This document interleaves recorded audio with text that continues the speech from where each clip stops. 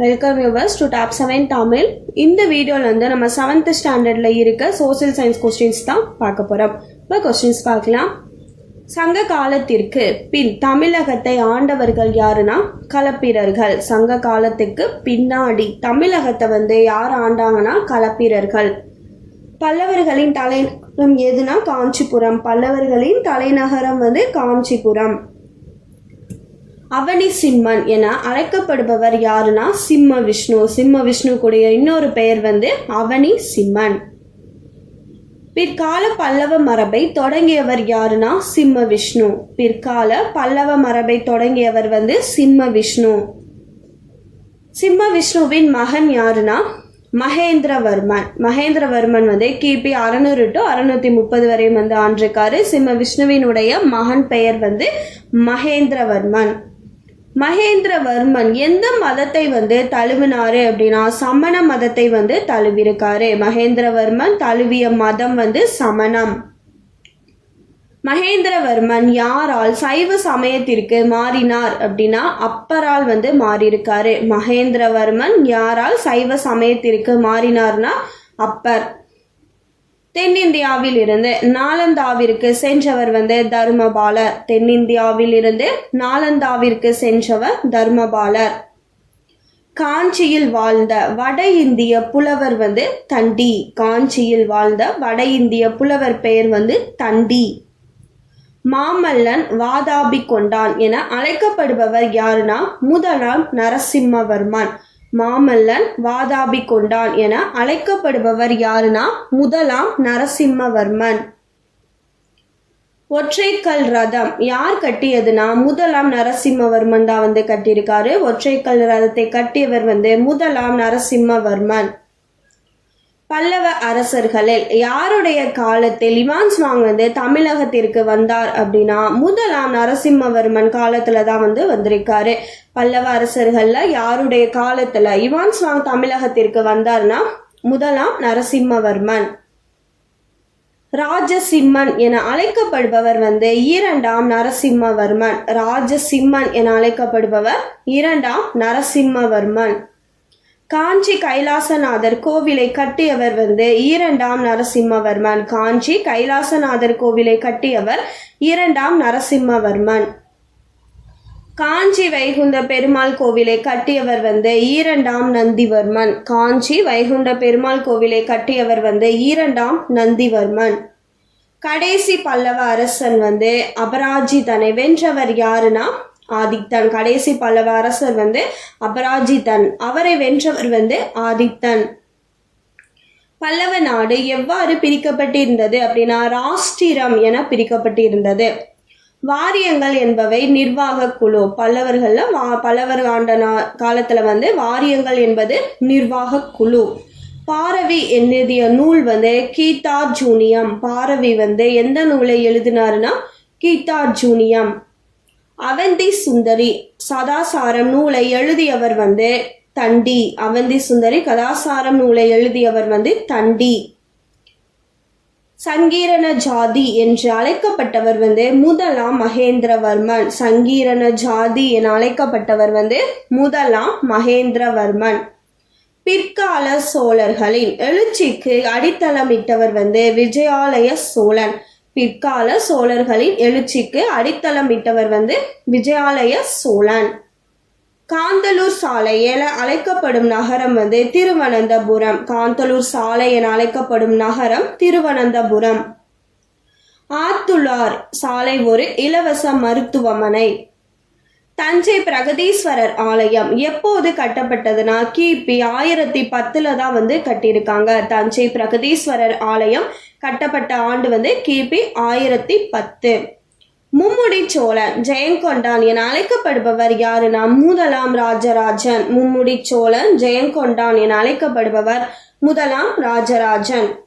கங்கை கொண்ட சோழபுரம் நிறுவியவர் வந்து முதலாம் ராஜேந்திரன். கங்கை கொண்ட சோழபுரத்தை நிறுவியவர் முதலாம் ராஜேந்திரன். பண்டித சோழன் கடாரம் கொண்டான் என அழைக்கப்படுபவர் வந்து முதலாம் ராஜேந்திரன். பண்டித சோழன் கடாரம் கொண்டான் என அழைக்கப்படுபவர் முதலாம் ராஜேந்திரன்.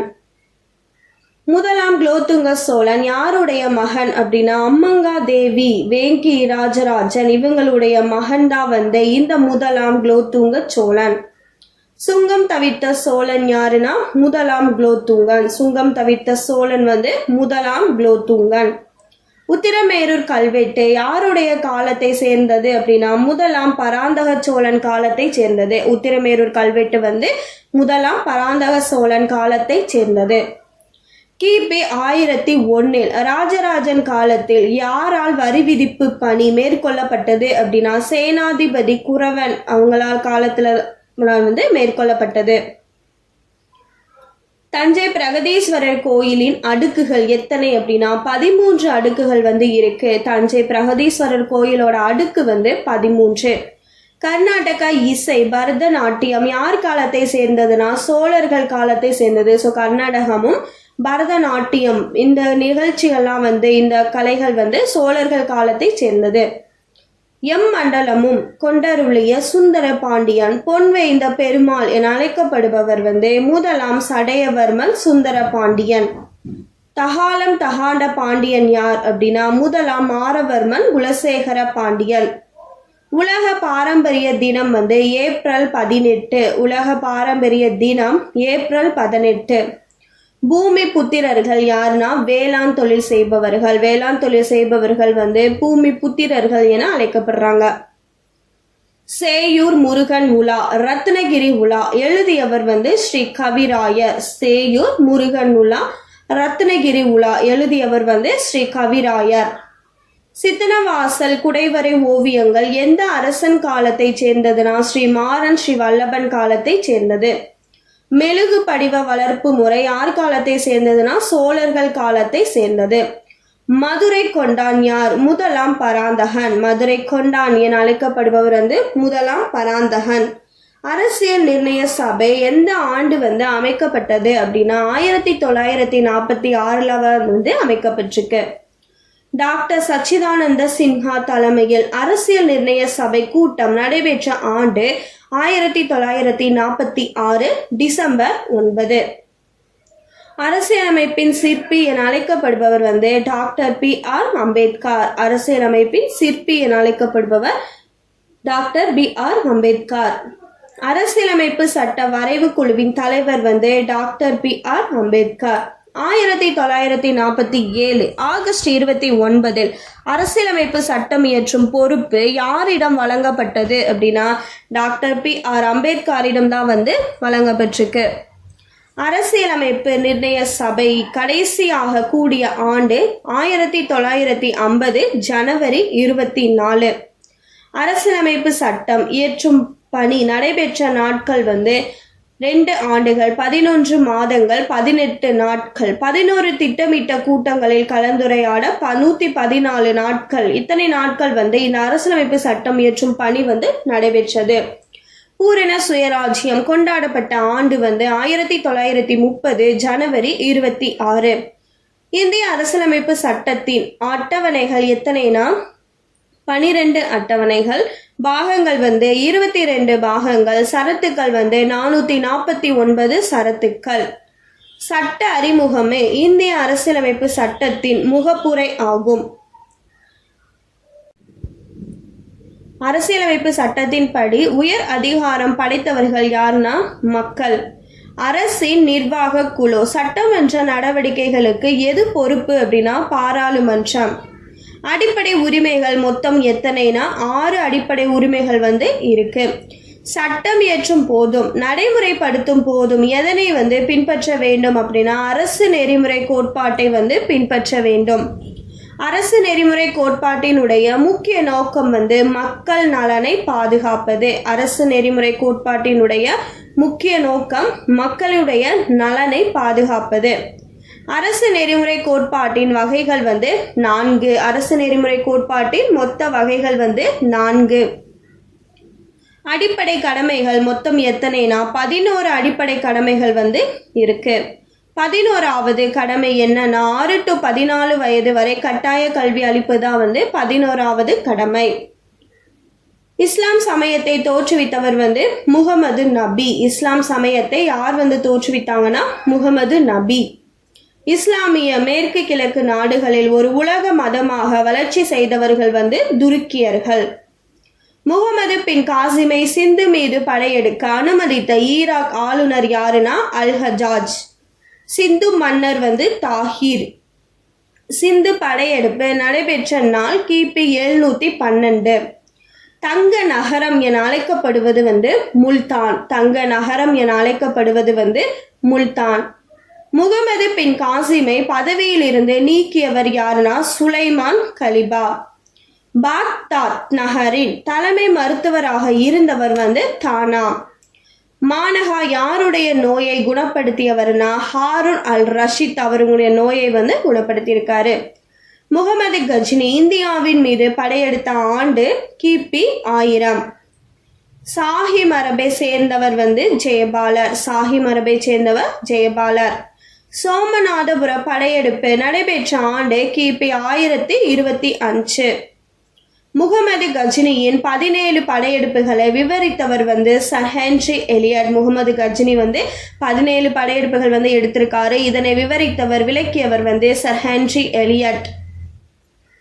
பிர்தௌசி அல்பரூனி ஆருடைய அவையில் இருந்தார்னா முகமது கஜ்னி. முதலாம் ட்ரைன் போரை நடைபெற்ற ஆண்டு கிபி 1191 தான் நடைபெற்றிருக்கு. முதலாம் ட்ரைன் போரில் ஈடுபட்டவர்கள் பிரதிவ்ராஜ் பிளஸ் முகமது கோரி 2 பேரும் ஈடுபட்டிருக்காங்க. துருக்கிய முஸ்லிம்கள் இந்திய பகுதிக்குள் வர வழியமைத்து கொடுத்தது இரண்டாம் ட்ரைன் போர். முகமது கோரியின் தலைநகரம் டெல்லி. முகமது கோரியினுடைய தலைநகரம் டெல்லி. சந்தவார் போர் படையெடுப்பு நடைபெற்ற ஆண்டு கிபி 1194. மன்னர்கள் யார் யாருக்கு இடையில நடைபெற்றுச்சு அப்படின்னா முகமது கோரிக்கும் ஜெயச்சந்திரனுக்கும் இடையில நடைபெற்றது இந்த சந்த்வார் போர். விக்ரமசீலா நாலந்தா பல்கலைக்கழகத்தை ஈடித்தவர் யாரு அப்படின்னா முகமது பின் பக்தியார் கில்ஜி. முகமது கோரியை கொன்றவர்கள் ஷா முஸ்லிம். எப்போ கொண்டாங்கன்னா கிபி 1206 கொன்றாங்க. பூமியானது கடலின் மீது மிதக்கும் கோலம் என கருதியவர்கள் எகிப்தியர்கள். பூமியானது கடலின் மீது மிதக்கும் கோலம் என கருதியவர்கள் எகிப்தியர்கள். பூமி தோற்றம் பற்றிய ஏற்றுக்கொள்ளப்பட்ட கொள்கை பெருவெடிப்பு கொள்கை. பெருவெடிப்பு கொள்கை பற்றி கூறிய அமெரிக்க வானிலை ஆராய்ச்சியாளர் எட்வின் ஹாபிள். லார்ஜ் ஹெட்ரான் கொலைட்டர் சோதனை நடத்தப்பட்ட ஆண்டு 2010. ஃபான்சியா என்பது எல்லா நிலமும் கிரேக்க சொல். எல்லா நிலமும் அப்படின்றது அர்த்தம். இது ஒரு கிரேக்க சொல். ஃபென்தலசா என்பது எல்லா நீரும் என்ற அர்த்தம். இதுவும் கிரேக்க சொல் தான். மிகப்பெரிய தட்டு எதுனா பசிபிக் தட்டு. இந்த ஆஸ்திரேலியன் தட்டு ஒவ்வொரு ஆண்டும் எவ்வளவு நகர்கிறது அப்படின்னா 67 மில்லிமீட்டர் நகருது. கருவத்திற்கு சியால் சிமா என பெயரிட்டவர் சூயஸ். பூமி உள்ளமைப்பு பற்றிய கோட்பாட்டை முதலில் உருவாக்கியவர் யாருன்னா ஐசக் நியூட்டன். சிமா எதனால் ஆனதுன்னா சிலிக்கன் மெக்னீசியத்தால் ஆனது.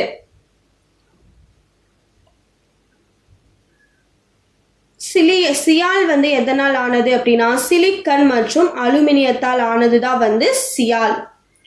கண்ட நகர்வை உருவாக்குவது கவசம். கண்ட நகர்வை உருவாக்குவது கவசம். ஃபெரிஸ்பியர் என அழைக்கப்படுவது கருவம். ஃபெரிஸ்பியர் என அழைக்கப்படுவது கருவம். பூமியின் கவசம் நிலை எவ்வளவு ஆழத்திற்கு ஒரு முறை அதிகரிக்கின்றது அப்படின்னா 32 மீட்டருக்கு ஒரு முறை அதிகரிக்கிறது. மேலோடு கவசம் கருவம் அடர்த்தி என் வரிசைப்படுத்துகன்னு கேட்டிருக்காங்க. ஸோ இதுக்கு 3 gravity by centimetre, 8 gravity by centimetre, 12 gravity G by centimetre.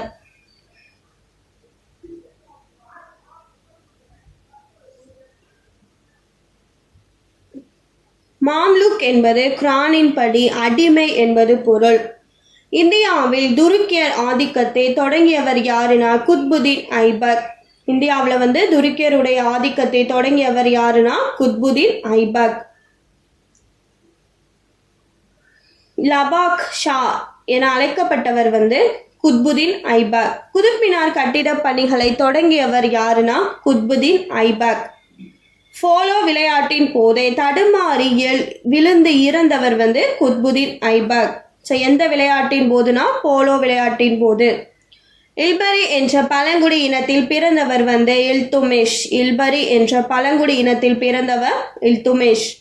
ஆரம் ஷா என்பவர் யார்னா குத்புதீன் ஐபக் மகன். ஆரம் ஷா என்பவர் வந்து குத்புதீன் ஐபக் மகன். குத்புதீனுக்கு அடிமையாக விற்கப்பட்டவர் யாருனா இல்துமிஷ். கோரி முகமதுவின் வழித்தோன்றல் என எண்ணியவர் வந்து இல்துஸ். இல்துமிஷ் வந்து வெளியிட்ட நாணயங்கள் மற்றும் எடை என்ன அப்படின்னா டங்கா என்ற வெள்ளி நாணயத்தை தான் வந்து வெளியிட்டிருக்காரு. இதனுடைய எடை பார்த்தீங்கன்னா 175 மில்லிகிராம் வந்து எடையுடையது. இது வந்து ஒரு செம்பு நாணயம், அதாவது ஜிடால் என்றால் செம்பு நாணயத்தை வந்து வெளியிட்டிருக்காரு.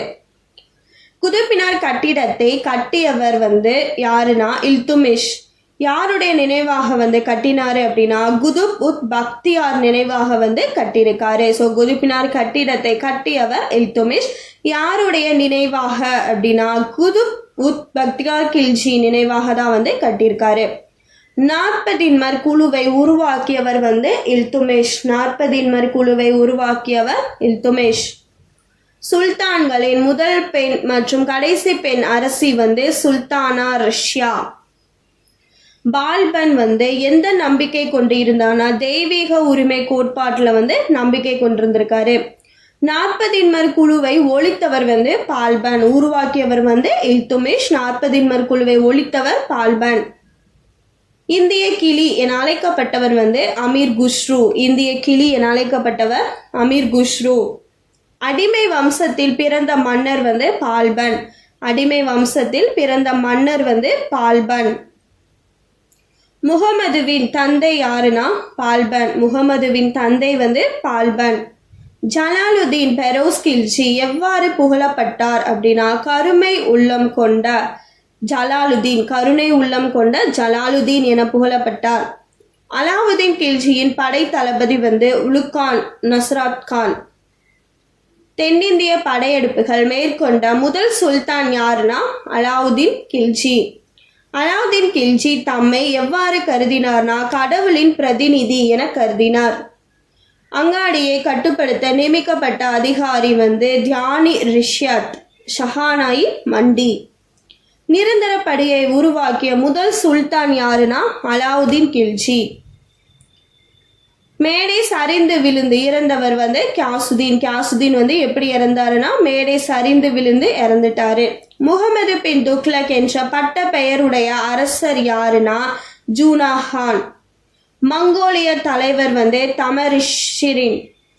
தக்காவி என்பது விவசாய கடன் ஆகும். ஸோ தக்காவி என்பது ஒரு விவசாய கடன். ஃபிரோஸ் துக்லக் வசூலித்த வரிகள் என்னென்ன அப்படின்னா கரோஜ், கம்ஸ், ஜெஷ்யா, ஜஹாத் என்ற இந்த 4 வரிகளை வந்து வசூலித்திருக்காரு ஃபிரோஸ் துக்லக். ஃபிரோஸ் துக்லக் வரலாற்று நூல் எதுனா பதுஹத் இ ஃபெரோஷாஹி என்ற நூல் தான் வந்து இந்த ஃபிரோஸ் துக்லக்கோட வரலாற்று நூல். தைமூர் படையெடுப்பு நிகழ்ந்த வருடம் கிபி 1398. கானிஹானா என்ற பட்டத்தை சூட்டிக் கொண்டவர் வந்து பஹலுல் லோடி. டெல்லி சுல்தான்களின் கடைசி மரபு மற்றும் தோற்றுவித்தவர் யாருன்னா லோடி, பஹலால் லோடி.